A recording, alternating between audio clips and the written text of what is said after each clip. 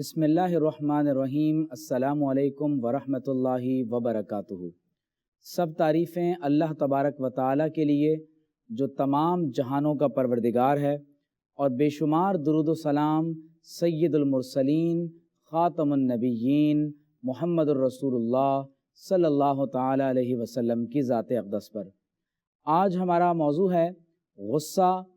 انسان کی طاقت یا کمزوری۔ اللہ رب کریم نے اس انسان کو بہت سی صفات عطا فرمائی ہیں، اور ان صفات میں سے ایک صفت غصہ یا غضب بھی ہے۔ یاد رکھیں کہ اللہ تبارک و تعالیٰ نے انسان کو جو بھی صفات عطا فرمائی ہیں، ان میں سب سے زیادہ اہمیت کی بات یہ ہے کہ ہم ان صلاحیتوں کو درست استعمال کرتے ہیں یا ان صلاحیتوں کو غلط موقع پر غلط انداز سے استعمال کیا جاتا ہے۔ غصہ انسان کی طاقت ہے،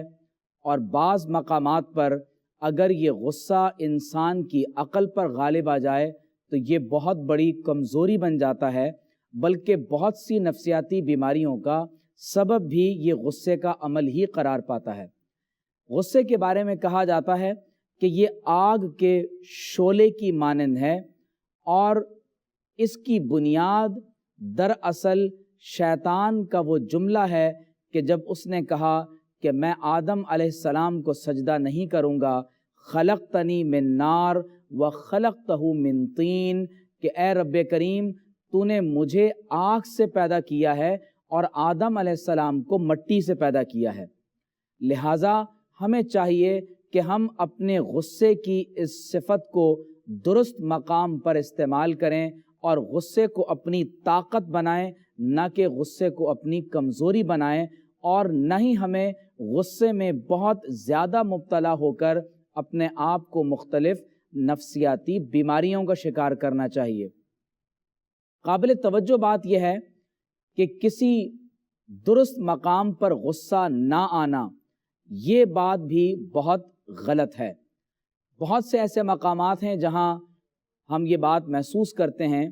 کہ ہمارے ماتحت لوگوں کی طرف سے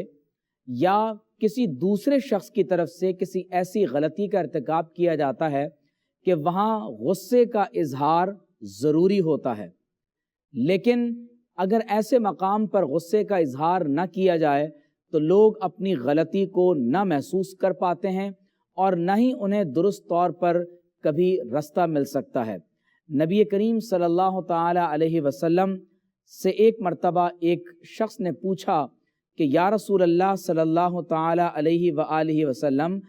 ماذا یبعدنی من غضب اللہ عز وجل، وہ کیا عمل ہے جو مجھے اللہ تبارک و تعالی کے غضب اور اس کی ناراضگی سے دور کرنے والا ہے؟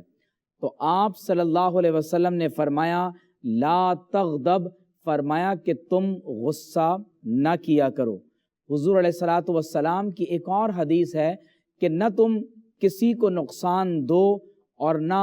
تم خود نقصان کو برداشت کرو۔ حضرت ابو ہریرہ رضی اللہ تعالیٰ عنہ روایت فرماتے ہیں کہ آپ صلی اللہ علیہ وسلم نے فرمایا کہ طاقتور وہ نہیں ہے کہ جو کسی پہلوان کو گرا دیتا ہے، فرمایا طاقتور وہ شخص ہے الذی یملک نفسہ عند الغضب، جو غصے کے موقع پر اپنے نفس پر قابو رکھے۔ بعض اوقات جب ہمیں غصہ آتا ہے تو غصے کی شدت میں ہم اپنے حواس کھو بیٹھتے ہیں، ہمارے منہ سے جھاگ نکلتا ہے، اور ہمیں اس کا اندازہ ہی نہیں ہو پاتا کہ ہم اپنی زبان سے کس قدر سخت کلمات ادا کرتے ہوئے کسی کے دل کو دکھ اور تکلیف پہنچاتے ہیں۔ آپ صلی اللہ علیہ وسلم نے فرمایا کہ مسلمان وہ ہے جو اپنی زبان اور اپنے ہاتھ سے کسی دوسرے انسان یا کسی دوسرے مسلمان کو تکلیف نہ دے، لیکن بعض اوقات کچھ لوگ غصے میں بہت زیادہ گالیاں بھی دیتے ہیں، فحش کلامی بھی کرتے ہیں،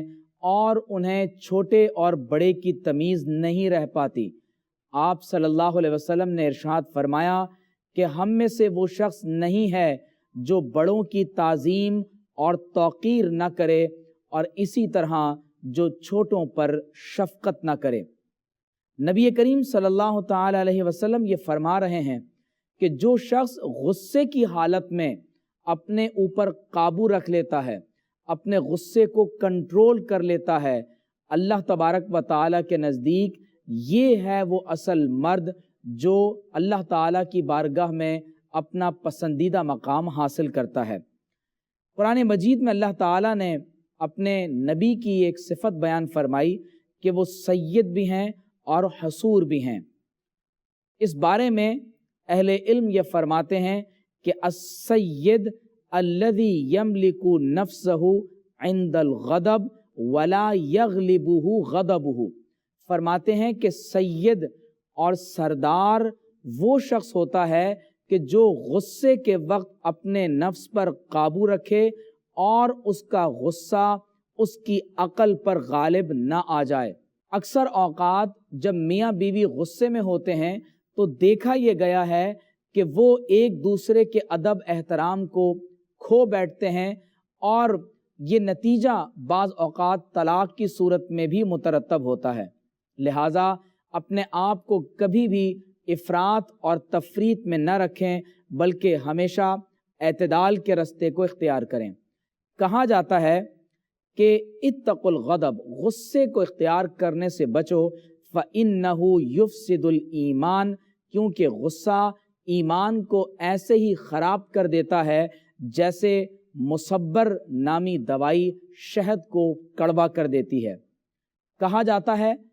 کہ غصہ عقل کا دشمن ہے، اور غصے کے اندر انسان کے دل کا خون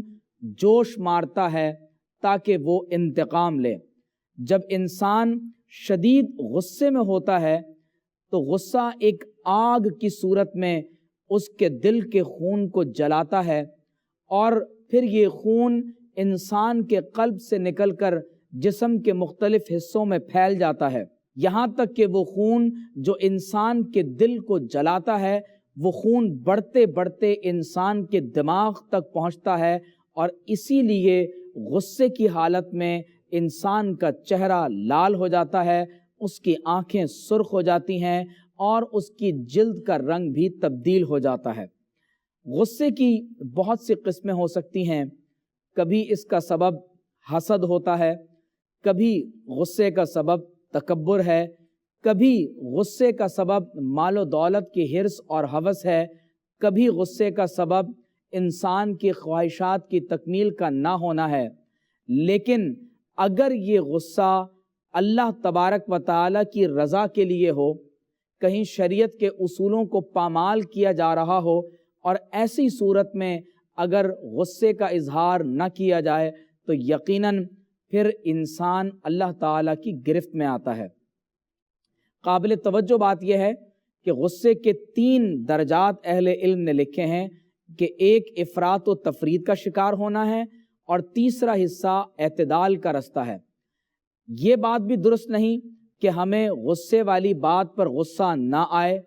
اور یہ بات بھی درست نہیں کہ اتنا زیادہ غصہ آئے کہ ہم اپنی حدود سے تجاوز کریں اور اللہ تعالیٰ کی شریعت کو پامال کریں۔ ذرا اندازہ کیجئے کہ نبی کریم صلی اللہ تعالی علیہ وسلم کی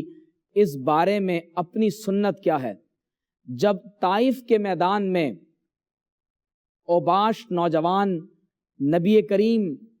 صلی اللہ تعالی علیہ وسلم پر سنگباری کرتے ہیں، اور آپ صلی اللہ تعالی علیہ وسلم کا جسم مبارک لہو لہان ہو جاتا ہے، اور پہاڑوں کا فرشتہ حضور علیہ السلام کی بارگاہ میں حاضر ہو کر اجازت طلب کرتا ہے کہ یا رسول اللہ صلی اللہ علیہ وسلم، اگر آپ حکم دیں تو انہیں پہاڑوں کے درمیان فنا کر دیا جائے۔ لیکن حضور علیہ السلام صبر کرتے ہیں، تحمل فرماتے ہیں، اور ان کے لیے دعا کرتے ہیں کہ اللہ تعالیٰ ان کی نسلوں میں اصحاب ایمان پیدا فرمائے۔ میں اپنی گفتگو کو قرآن مجید کی اس آیت پر مکمل کرتا ہوں، والذین یجتنبون کبائر الاثم والفواحش واذا ما غضبوا ہم یغفرون۔ اللہ نے فرمایا کہ اہل ایمان فواحش سے، کبیرہ گناہوں سے اجتناب کرتے ہیں، اور جب انہیں غصہ آ جائے تو وہ معاف کر دیتے ہیں۔ اللہ تعالی ہمیں رسول اللہ صلی اللہ علیہ وسلم کی سنت پر عمل کرنے کی توفیق عطا فرمائے۔ وآخر دعوانا ان الحمد للہ رب العالمین۔